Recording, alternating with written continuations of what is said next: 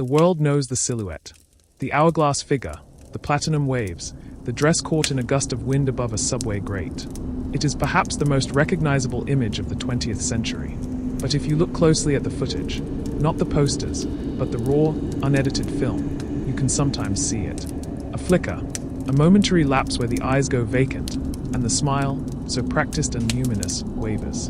In those seconds, Marilyn Monroe disappears, and Norma Jeane Mortenson returns. To understand the tragedy of the woman behind the camera, you have to understand that she was never one person. She was a project, a construction, and the foundation of that construction was built on the shaky ground of a childhood that would have broken most people before they reached 20. This is Shadow, and welcome back to my channel. If you enjoyed it, just hit the like and subscribe button for more. And if you want to hear some story, just let me know in the comments or via channel's email. And let's get into it. Norma Jeane was born in 1926 in Los Angeles, but she wasn't born into the Hollywood of glitz. She was born into the Hollywood of back alleys and boarding houses. Her mother, Gladys, was a film cutter at RKO Studios, a woman who lived on the periphery of the dream, literally slicing the film that made other women stars. But Gladys was also fighting a losing battle with paranoid schizophrenia. Imagine being a 5-year-old girl and watching your mother, the only anchor you have, being led away in a straitjacket. For Norma Jeane, this was the beginning of her ghost phase. She spent the next decade being shuffled through 12 different foster homes. She was the girl who sat in the corner, the girl who tried to be as quiet as possible so she wouldn't be a burden. In one home, she was told she was sinful. In another, she was sexually assaulted. These aren't just dark footnotes in a biography. They are the reasons she later craved the camera. The camera was the only thing that looked at her and didn't look away. The camera gave her the attention she had been starved of in the cold hallways of the Los Angeles orphans' home. By the time she was 16, Norma Jeane was faced with a choice: go back to the orphanage or get married. She chose marriage to a man named James Doherty. It wasn't a romance, it was an escape hatch. While James was away with the Merchant Marine during World War II, Norma Jeane went to work at a munitions factory, spraying airplane parts with fire retardant. It was here that a photographer for the army, looking for morale-boosting images of women at work, found her. He didn't see a factory worker. He saw a natural. He saw a woman who could hold a gaze with a lens in a way that felt like a private conversation.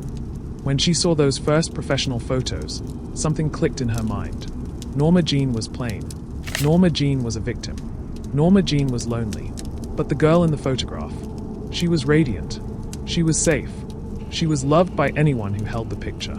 She realized then that if she couldn't be happy as herself, she would become someone else entirely. She began to study. She studied the way stars moved. She changed her hair from a mousy brown to a striking blonde. She practiced her breathless voice, a technique suggested by a speech therapist to help her overcome a childhood stutter brought on by anxiety. She was killing Norma Jeane, piece by piece, to make room for a star. In the late 1940s, Hollywood was not a city of art, it was a city of manufacturing. The major studios, Fox, MGM, Paramount, didn't just find stars, they built them from the ground up, like shiny new Cadillacs. And in 1946, a young woman named Norma Jeane walked into the offices of 20th Century Fox with nothing but a portfolio of pin-up photos and a desperate need to be seen. But the studio executives didn't see Norma Jeane. They saw raw material. The first thing to go was her name. Ben Leon, a casting director at Fox, looked at her and saw a resemblance to a silent film star named Marilyn Miller. He paired it with her mother's maiden name, Monroe. She hated it at first. In her private notes, she described feeling like she was losing the last piece of herself. But the studio was firm. Norma Jeane sounded like a girl from a farm. Marilyn Monroe sounded like a dream you couldn't quite touch. She began practicing her new signature over and over, thousands of times, until her hand no longer shook when she wrote it. She was learning to sign a name that belonged to a corporation, not a person. Then came the physical corrections. To the world, Marilyn was a natural beauty, but behind the closed doors of the studio's beauty department, she was a masterpiece of surgical and cosmetic engineering.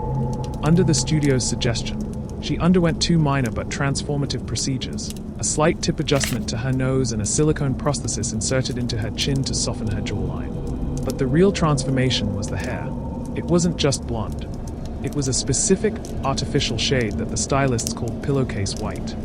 It required constant bleaching, often leaving her scalp raw and blistered. She was taught how to walk, the famous Marilyn Wiggles. Legend says she had a quarter-inch shaved off one heel of her shoes so that her hips would naturally sway when she moved. It wasn't a walk, it was a performance of femininity that she had to maintain even when the cameras weren't rolling. While the studio was busy perfecting the exterior, the woman inside was terrified. She was being molded into a sex symbol, a term she grew to loathe. Behind the scenes, she was spending her meager paycheck not on jewelry or clothes, but on acting lessons. She was a regular at the labs of legendary coaches, trying to find a way to breathe life into the dumb blonde scripts the studio kept handing her. The studio heads laughed. To them, she was a commodity. They didn't want an actress, they wanted a calendar girl who could speak. Imagine the loneliness of those early years. She would spend her days being poked and prodded by makeup artists who spoke about her as if she weren't in the room. Then, she would go home to a small, empty apartment and stay up until 3 a.m. reading poetry, trying to build an intellectual world that the studio couldn't touch. She was living a double life. By day, she was the laboratory-perfect Marilyn. By night, she was a woman trying to find her soul in a city that only valued her surface. She once remarked to a friend, "I'm not a person. I'm a product they sell." But what happens when the product starts to think for itself? By 1953, the experiment was a success. Gentlemen Prefer Blondes and How to Marry a Millionaire had made her the biggest star in the world. But as the money poured into the studio vaults, the woman behind the camera was beginning to starve. Despite being the top box office draw, Marilyn was being paid a fraction of what her co-stars made. In Gentlemen Prefer Blondes, Jane Russell was paid 10 times more than Marilyn. When Marilyn complained, the studio's response was cold. "Remember, you're not a star. You're blonde." This was the turning point where the fragile Marilyn Monroe showed the world she had a spine of steel. In a move that shocked the industry, she walked away. She fled Hollywood for New York City, turning her back on a multi-million-dollar contract. In New York, she hid. She wore thick glasses and a headscarf, walking the streets as Norma Jeane. She enrolled in the Actors Studio, studying under Lee Strasberg. This is where the tragedy deepens. She was desperate to be a serious artist, but the more she learned about the method, an acting style that requires digging into one's own past traumas, the more she opened the wounds of her childhood. The method didn't just make her a better actress, it made her more vulnerable. She was being told that to be great, she had to stay in touch with her pain. And Marilyn Monroe had more pain than most. Back in Hollywood, Fox tried to replace her. They put other blondes in Marilyn-style roles, but the public didn't want them. They wanted the original. Eventually, the studio crawled back. They gave her more money and, more importantly, the right to approve her directors and scripts. She had won the battle, but the war for her sanity was just beginning. The golden cage had been expanded, but the bars were still there.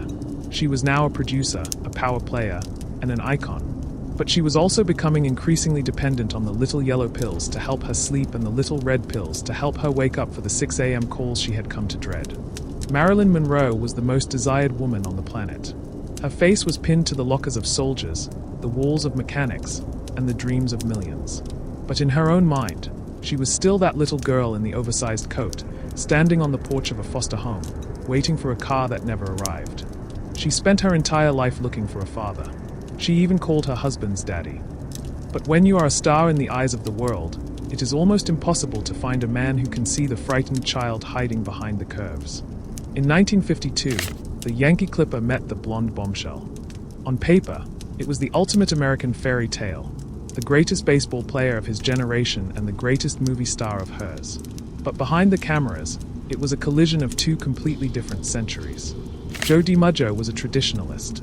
He wanted a wife who would stay home, cook Italian meals, and wait for him in the shadows.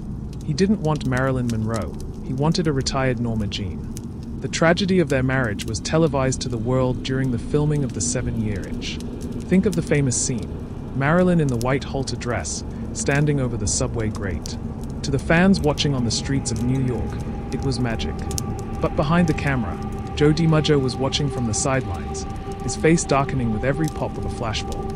He saw the crowd leering at his wife. He saw the studio exploiting her body for tickets.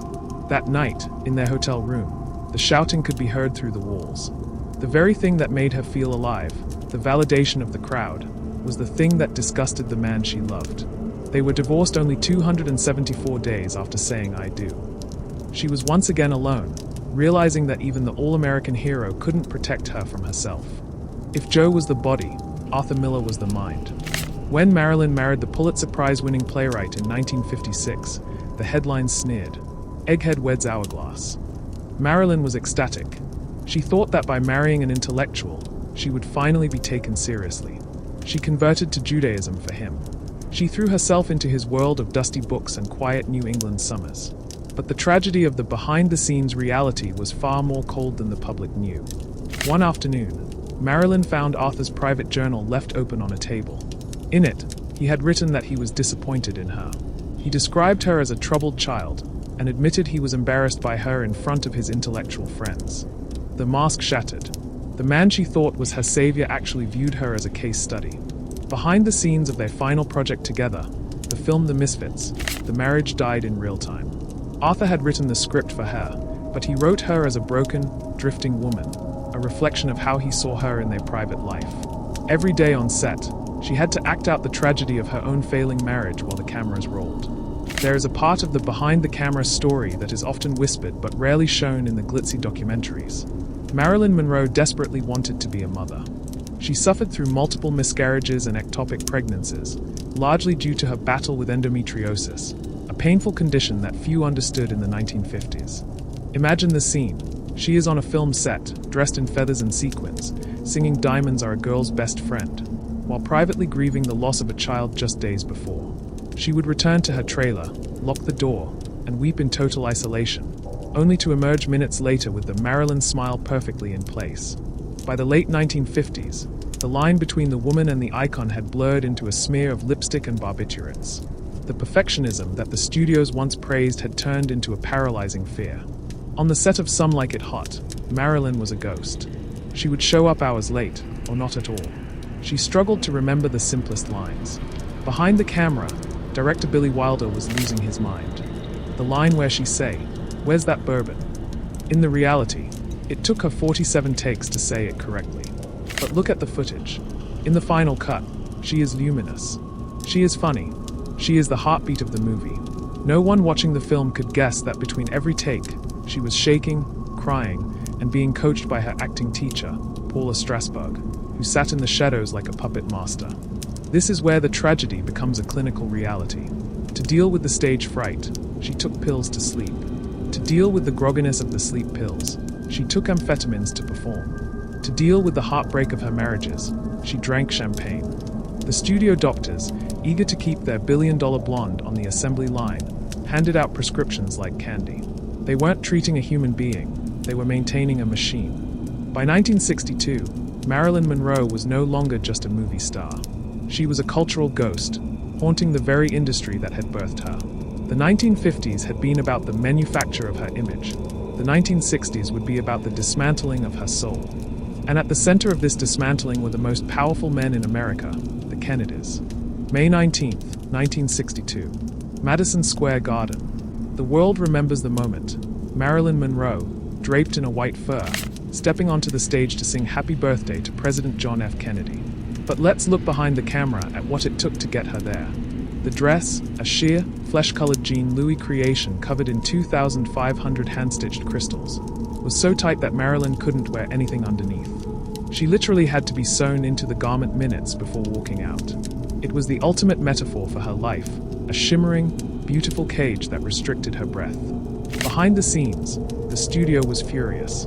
They had forbidden her from attending the gala because she was already weeks behind on her current film, Something's Got to Give.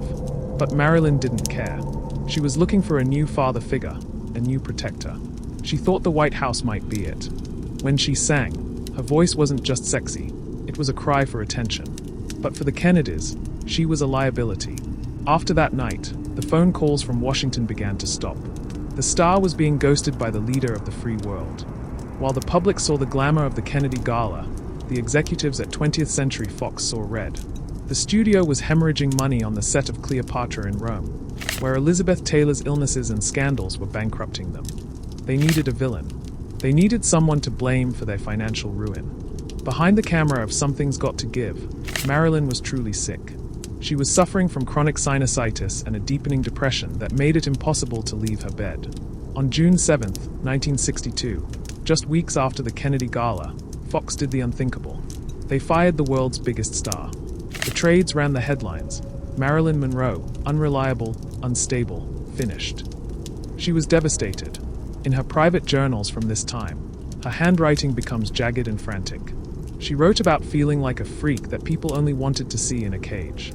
She wasn't being treated as a sick woman.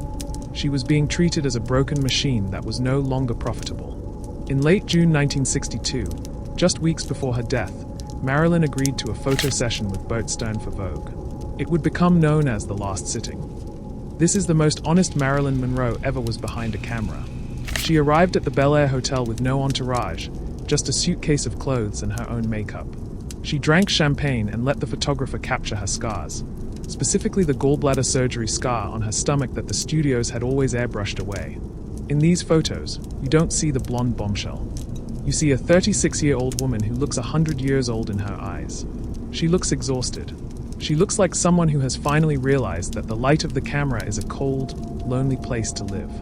The final weeks were a blur of almosts. She was in talks to be rehired by Fox. She was reportedly reconciling with Joe DiMaggio, but the nights remained the same. Behind the locked doors of her modest home at 12305 5th Helena Drive in Brentwood, the silence was deafening. She had bought the house just months earlier, the first home she ever owned alone. Above the front door was a Latin inscription on a tile, Cursum Perficio. My journey ends here. On the night of August 4th, 1962, the lights were on in her bedroom, but the door was locked. Her housekeeper, Eunice Murray, noticed the glow through the door. She tried to call out. No answer. When the doctor finally broke through the window, he found Marilyn Monroe lying face down, nude, clutching a telephone receiver as if she were trying to make one last call. One last attempt to reach out to a world that had spent 15 years staring at her but never truly seeing her. There were no notes, no grand explanations, just an empty bottle of Nembutal and a woman who had simply run out of the strength required to be Marilyn. The tragedy of Marilyn Monroe is that death didn't give her the privacy she craved. Within hours, the cameras were back. The press swarmed her home. Her body was photographed on a gurney. Even in her final moment, she belonged to the public. But why, 60 years later, do we still make videos about her? Why do we still look? It's because we recognize the behind-the-camera truth. We see a woman who was a genius of her own image, a woman who fought a system that tried to own her, and a woman who, despite her own darkness, gave the world a light that has never dimmed. She wasn't a victim. She was a pioneer who paid the ultimate price for the right to be herself. Norma Jeane is gone. But Marilyn is immortal. As she once said, "It's better to be unhappy alone than unhappy with someone, so far."